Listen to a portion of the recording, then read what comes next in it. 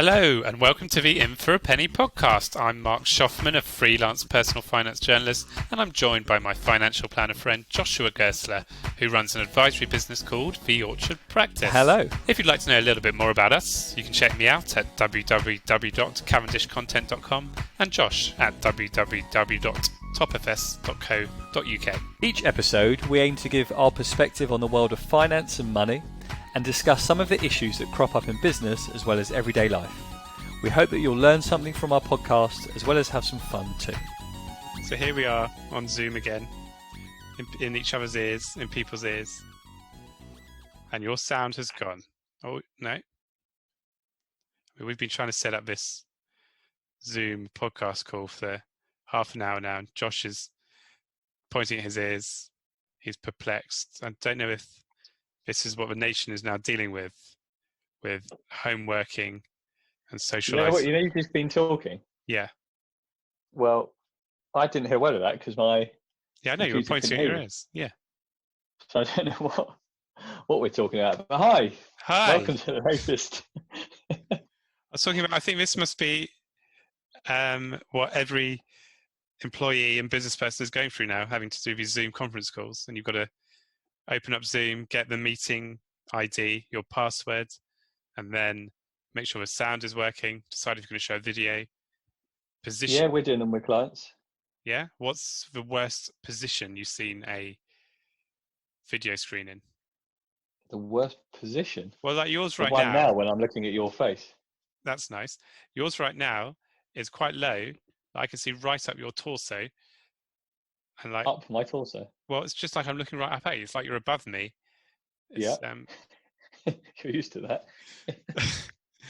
I can almost see up your nose. And a lot of people seem to have it right under their nostrils. Yeah. Normally I have a better camera. You're on my phone. Yeah. I do have one that plugs in to my computer for my meetings with clients. Yeah. And I have a nice background behind me when I've got a client meeting. Yeah, because a lot of people have been having bookshelves behind. That's a big thing, isn't it? To show how well read you are. And I noticed behind you there are just some pillows, a spare bed. You must be in a spare room. Yeah. Yeah. So there's no books in there. No, but I have a virtual background when I have a client meeting. So it's either got like the Orchard Practice logo or something else. You can put anything you want. You could have a picture of your face. You could have the Emirates Stadium. You could do what you want. How'd you do that? Just in Zoom. If you next to your video, click virtual background. It's much more professional, I find, when you're in a meeting with a client. Yeah. Than showing them your a bedroom. But then if someone walks into the room behind you, you'll still see someone. If like one of your boys came in, would you still see them? Depends how. No, not if they're far back enough. Doesn't appear. It's very clever. So how is life? I don't know. Tell me how life is on lockdowns, because obviously you can't get a haircut, and I can see your hair's getting a bit long, as is mine. I was supposed to have it cut tonight, actually. Yeah? Who's going to do that? No, I was supposed to. I had an appointment to get it cut tonight. Where do you usually get your hair cut? I go to Hair on Broadway in Elstree at the Village Hotel. A young man called Ben Roberts, very nice, cuts my hair. You must be doing well. Do you know why I do that? Because you're made of money. No, it's not that.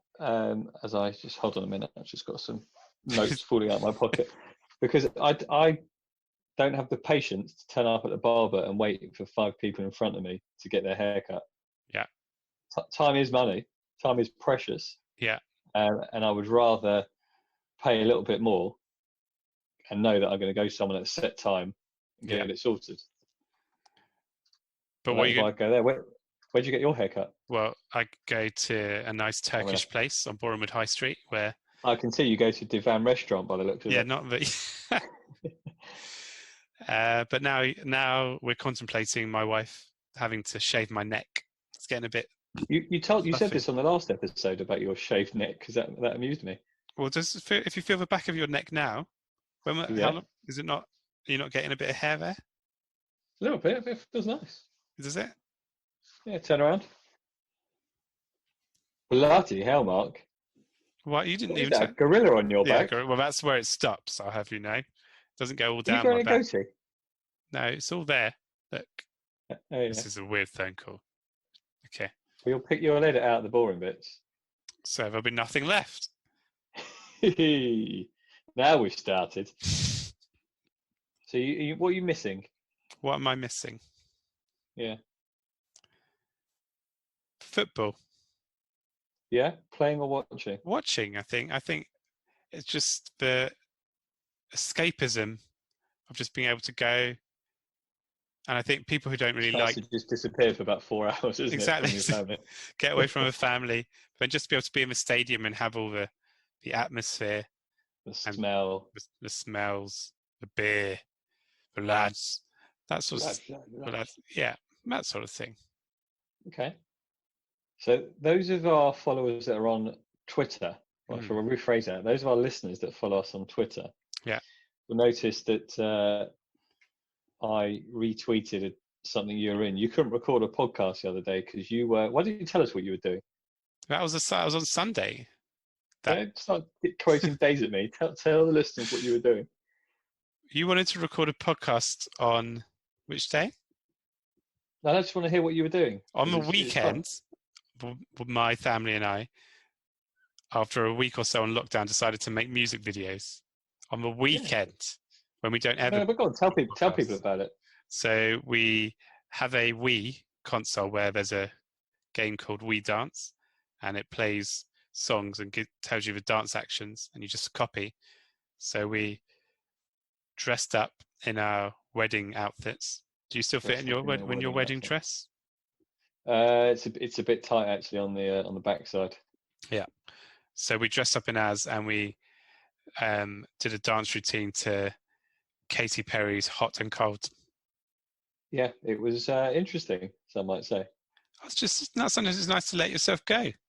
Yeah, I thought it was good. It's nice that you did something different. You had a bit of fun. So as much as I'm taking the mic, and I wouldn't ever do that, it's nice to do these things. It's good for the kids. So it's giving happy memories of lockdown. So exactly when they look back in 50 years' time, and I'll be 87, and who knows where I'll be. I'll be like, Dad, do you remember when we danced to "Hot and Cold"? And I'll be like, no, I don't remember what day it is. Who are you? Yeah. Do you? I've got a song in my head for the last week or so. Have you had any songs stuck in your head? No. I've got that blues song in my head, and there's one line: "Got the city on lockdown." Do you know they the one I mean? They sent out a good tweet about that, saying that they thought they were the only ones who could put the city on lockdown. Yeah, there you go. Yeah. What are you missing? I am missing freedom. So have you been doing any schoolwork with the kids? No, I've been upstairs working. Steph's been downstairs doing the schoolwork. It's like you should try some of the maths they make them learn. It's ridiculous the way they teach maths nowadays. As a financial advisor, it'd be interesting to see what you think. Like, when we did addition and subtraction, and when we had abacus, and you had the sums, and you put the numbers on top of each other, and they don't do any of that. It's all you add the tens and the ones, you separate it all. I think that's actually a very Asian or maybe Chinese way of doing it, and I think historically, and I'm trying. Hopefully, this isn't sort of a racist generalization, but Asian people have been very strong at maths because of the way they teach it in schools. So maybe that's why they're doing it now. Maybe. We also have been helped during lockdown by Disney Plus, which is you signed up? Yeah, we signed up to the Disney streaming service, and the kids have been watching a Disney film on a daily basis, but not just the new ones. We've been introducing them to some classics. Go on. So I'm going to throw some classic films out and see if you watched them as a child. Honey, I Shrunk the Kids. Classic. My favourite bit when they're in the grass and there's an ant which is like 100 times bigger than them. Yeah. But I thought my girls would be scared of that, but they weren't. They were just very blasé. They thought, oh, well, it's a big ant. They're small Yeah. people. Yeah. No, that's the only one we've done so far, but there are a lot of classics on there. I'll come back to you. You know what? That was great, Mark. Thank you. No, okay, I'm going to hold on. I got my kids into a few classics recently over the last few months. Yeah. Got them watching the original Robin Hood. Oh, yeah.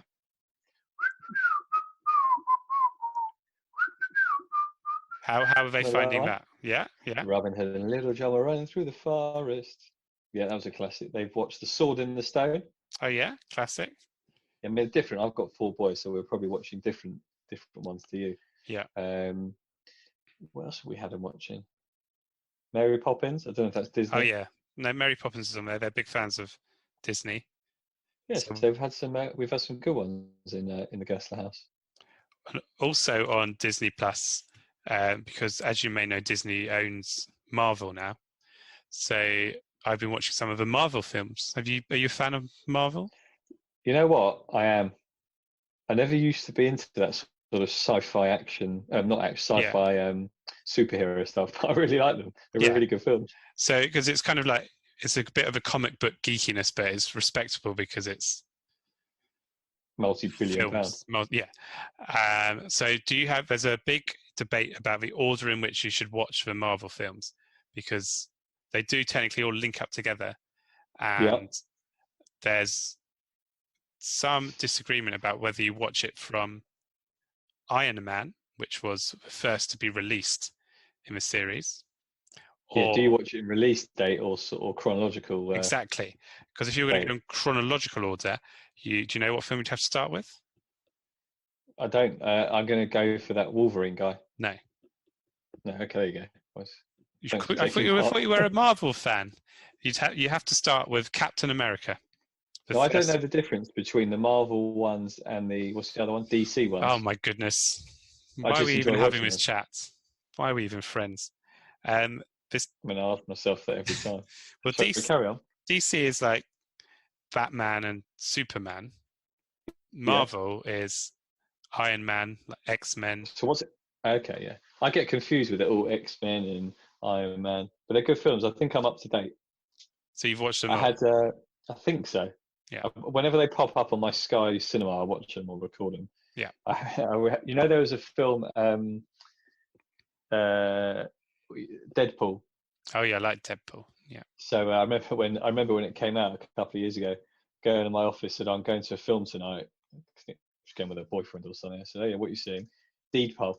Deadpool. I thought that sounds exciting. What's that? But the action hero goes and changes his name. Very good. What did she think about it when it probably wasn't what she was expecting? Wasn't what she was expecting. No, she turned up at the registry office. It was all confusing. I think she enjoyed it. But ones like that, Deadpool, Ant-Man, they're quite funny. Yeah. Yeah. Do you want to know another interesting Disney Plus Marvel fact? Another interesting Marvel fact. Yeah.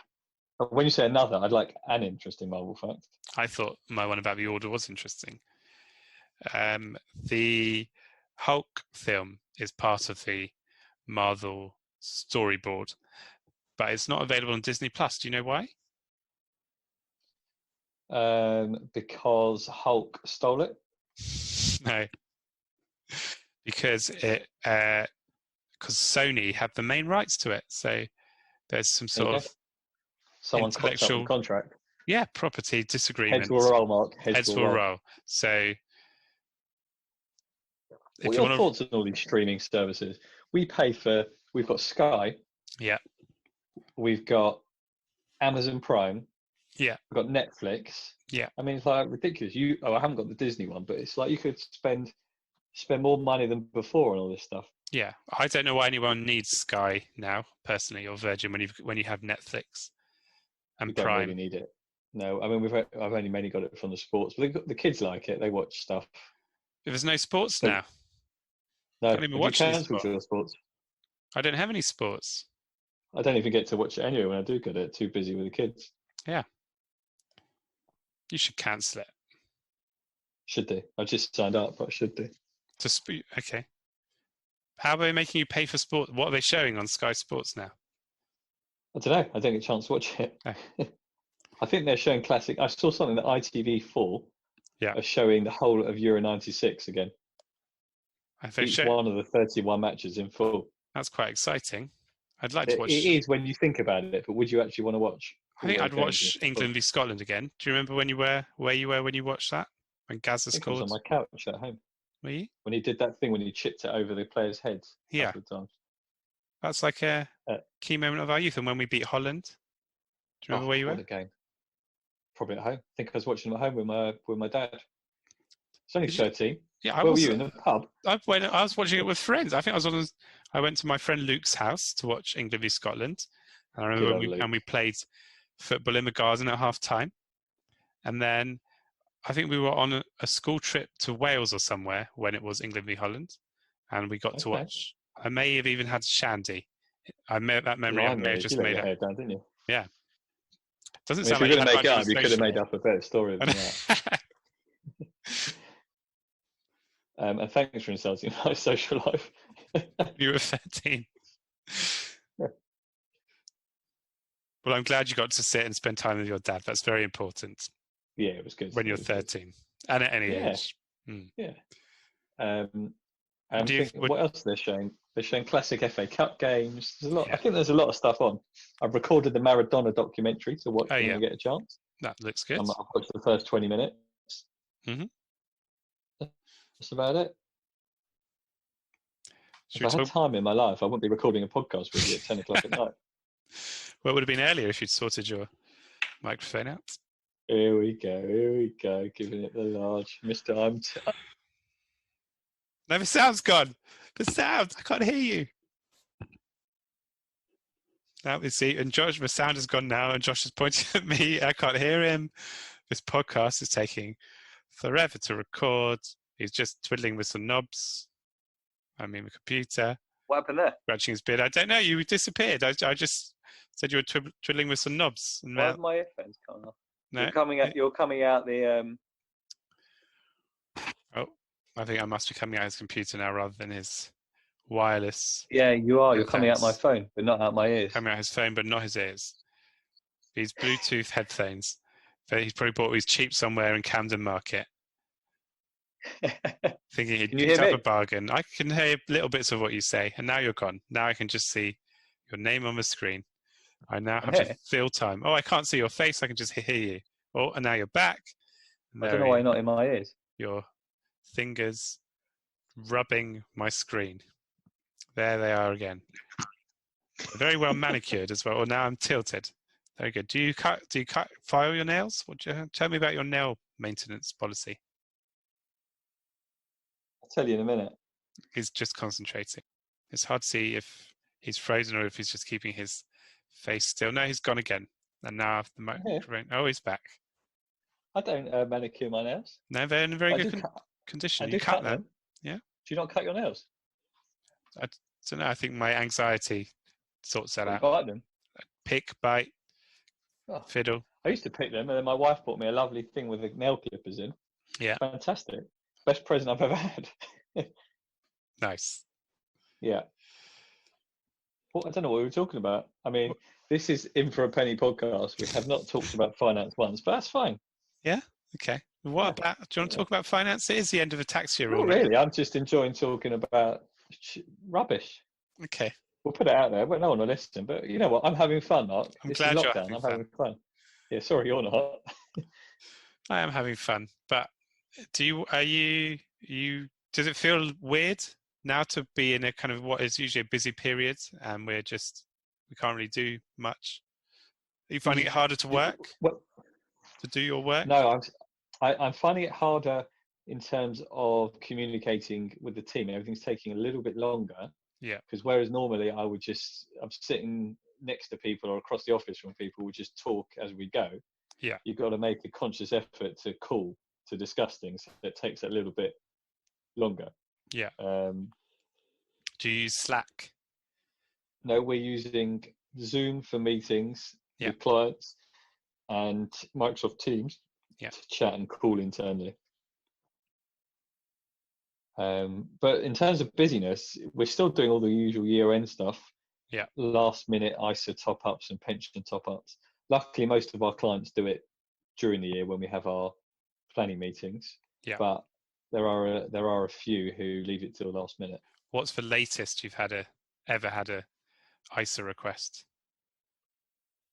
I've had requests in the last week or two of April, or the first week of April from new clients. Can you set me up an ISA? And I won't do it. Not if it's not if it's a new client who I know nothing about.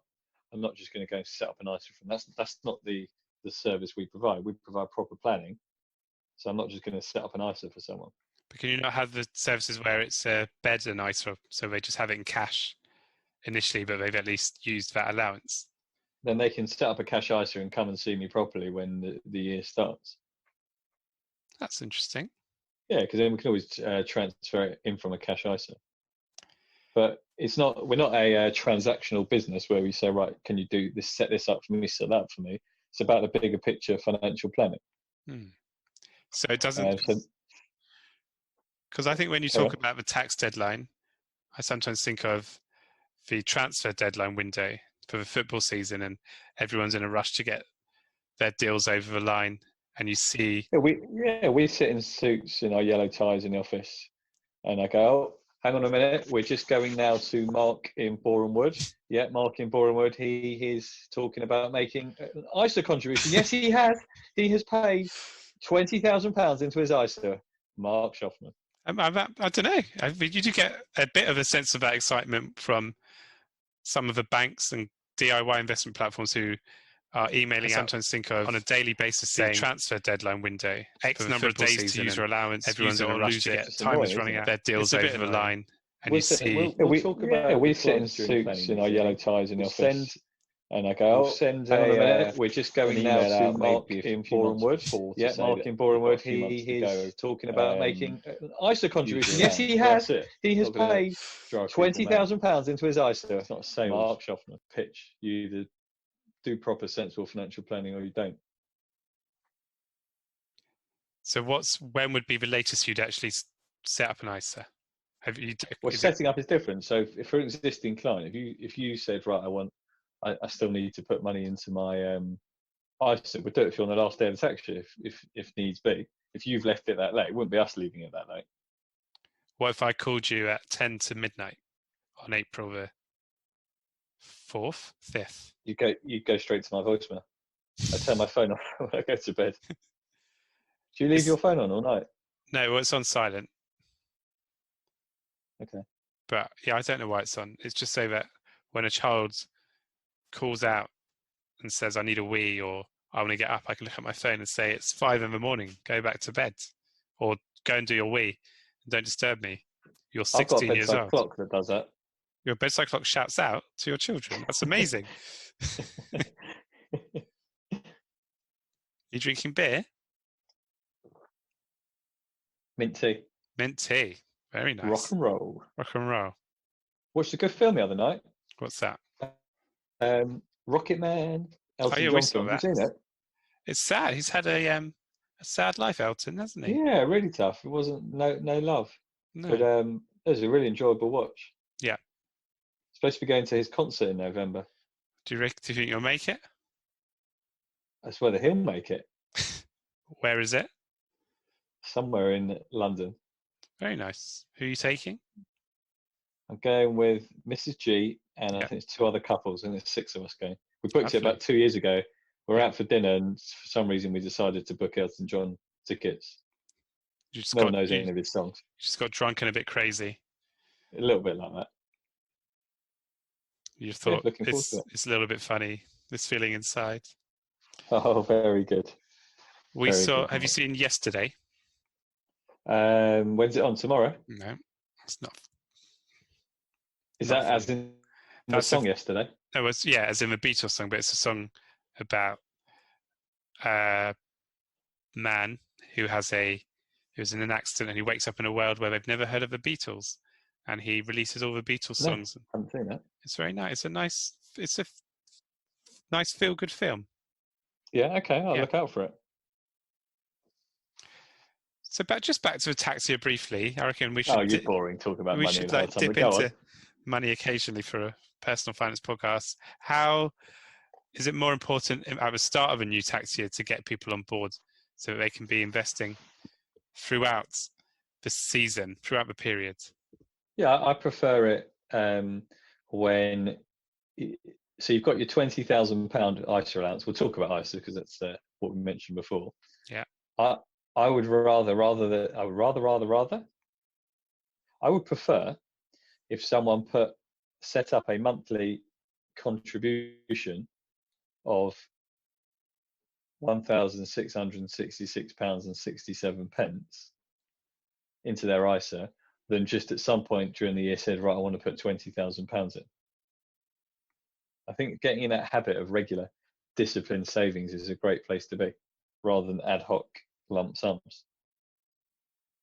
But is it more does it create more admin for you if someone at the last minute says, I want to put 20 grand in? Than what? Compared to what? Compared to if they had to have if they already had a direct debit set up, or if they were doing it even just more regularly in small sums? Well, the more ad hoc contributions people make, the more admin there is, because we are advisors, planners. You can't just, it's not like a DIY website. We have to write a suitability report why it's the right thing to do every time client puts ad hoc amounts in. Oh, I didn't know that. That's interesting. Yeah. But if it was a direct debit, you wouldn't have to do that. If it was a Correct. standing. But that's not the reason I'm saying I prefer it, though. Yeah. I just think it's good to be in that habit of automatic savings. It is good because you sort of forget about it. It just becomes a norm, doesn't it? It becomes the norm. And then you don't suddenly start thinking tax year end becomes irrelevant. Yeah. It's just an ongoing wealth accumulation. Speaking of wealth accumulation, reading a really good book at the moment. Okay. Nick Murray, Simple Wealth, Inevitable Wealth. Simple Wealth, Inevitable Wealth. Yeah, get your hands on that. I'm only sort of in the first or second chapter, but really good. Really explains it in very simple terms so far about how equities are the best way to grow your wealth over long term. Interesting. Yeah, get it. Or if you want to wait for me to finish it, you can borrow mine. Maybe, but you'd have to decontaminate it, wash it in Dettol, give it to me in gloves. And then, have you heard this thing where people are saying you have to, when you receive an item, you're supposed to leave it for 72 hours now? When you receive an item? So like if you've had a food delivery, people are saying you shouldn't touch it for 72 hours or something because it could be contaminated. So you've got to give time for the bacteria, the virus. No, I haven't heard that. You know what? I'm not even watching the news. No, I've stopped watching. Well, I work in the news, but yeah. Never watch it anyway. It doesn't feel very good for your mental health, all this every day. Negative Events World Service. Yes. Although it is important to have the news out there so that people know what's going on. But yeah, I think it was 24-hour news. I read the paper in the morning. Get the Times delivered. Very good. Yeah. Did you see I was on the front of the Times? Oh, you did, because you gave me a copy of it. There you go, yeah. Yeah. That was weird. It's a shame you didn't write it. No, I know. I didn't think I was going to... I didn't really know. Why didn't you tell listeners about that? Because that's... finance related. Because the government effectively put the property market on lockdown last week. Put the city on lockdown. Because they said most businesses had to close and people couldn't really go and do non-essential travel. So that means if you were moving house, you couldn't really use removal companies. Valuers, surveyors couldn't go and look at properties. So I was due to exchange on a property on Tuesday, which was the day after Boris Johnson decided that everything was going to lock down. And our buyer's buyer decided that they no longer wanted to proceed with the purchase because they were going into hospital for surgery. I'm a bit unsure why they didn't already know they were going for surgery, but also they were worried that they were going to catch coronavirus. So now, essentially, our sale was the sale of my dad's flat, actually, but that can't proceed. That will only proceed if they don't catch coronavirus, which hopefully they won't. But we just got to wait for the end of the pandemic, which is a bit stressful. But there's other people in. It's a bit annoying, isn't it? Yeah. Because I've had a few calls from clients in the last week or so about whether they should proceed with purchases. Yeah. So I've got one client who completed last Friday. All So right. what day is it today? We're recording. Is it a Wednesday? It's a Wednesday night. Every day seems the same. Yeah. I've got a client who's completing tomorrow. Wow. I've got another one who is about to exchange. They're not sure what their solicitor has advised them against it. I've said, if you really want the property, then exchange and try and put a long completion date in. Yeah. So you can try and complete when everything is over. At That least you can seems. secure the property. Yeah, that And, seems sensible. had a meeting with clients earlier today, and they have had an offer accepted to buy somewhere, but are not sure what to do in case prices crash. Yeah. And I said to them, well, look, if you are buying this property as your family home for the next 20, 30 years, which is what they are doing, well, it shouldn't really make much of a difference if prices crash. If you exchange, so you've agreed, and then all the prices agreed, well, that doesn't really matter in the grand scheme of things. In the next 20, 30 years, if the price goes down by 20%, it doesn't really matter because it'll make it up over that time. And I had another client who, no, it was the same clients. And I said to them, if prices do crash before exchange, well, if prices go down 10%, well, then you'll get a bigger discount off the one you're buying than the one you're selling. Yeah. So just go for it. But it's just, I guess, for the ones completing, I don't know how they would actually move in or move out of their place because a lot of removal companies are worried. Yeah, It's hard for them. people. Yeah. Yeah, very difficult. Very difficult. Interesting. Yeah. But I don't know, I sort of, because there was talk about the markets being closed so that, and companies are being told to stop paying dividends. And I think banks are being told to do it as well. And there's delays on annual reports. But you'd think, I don't know if there should be something on house prices where the government says we're going to freeze prices for this period. I don't know how you would do it. I don't know. It's impossible because prices are negotiated individually between the buyer and seller. There's no input from the government, never any control. Well, mate, so I don't know. anything about it. We would have to, or I guess agents and conveyancers have to try and make people not negotiate. Because if I was a mean buyer, I might say now I'm going to drop the price. I'm going to drop my offer if we haven't exchanged yet. Oh, I see what you mean. Okay. Well, in Scotland, I think when you make an offer, it's legally binding. Yeah, that would be useful. Yeah, so it's a bit different there.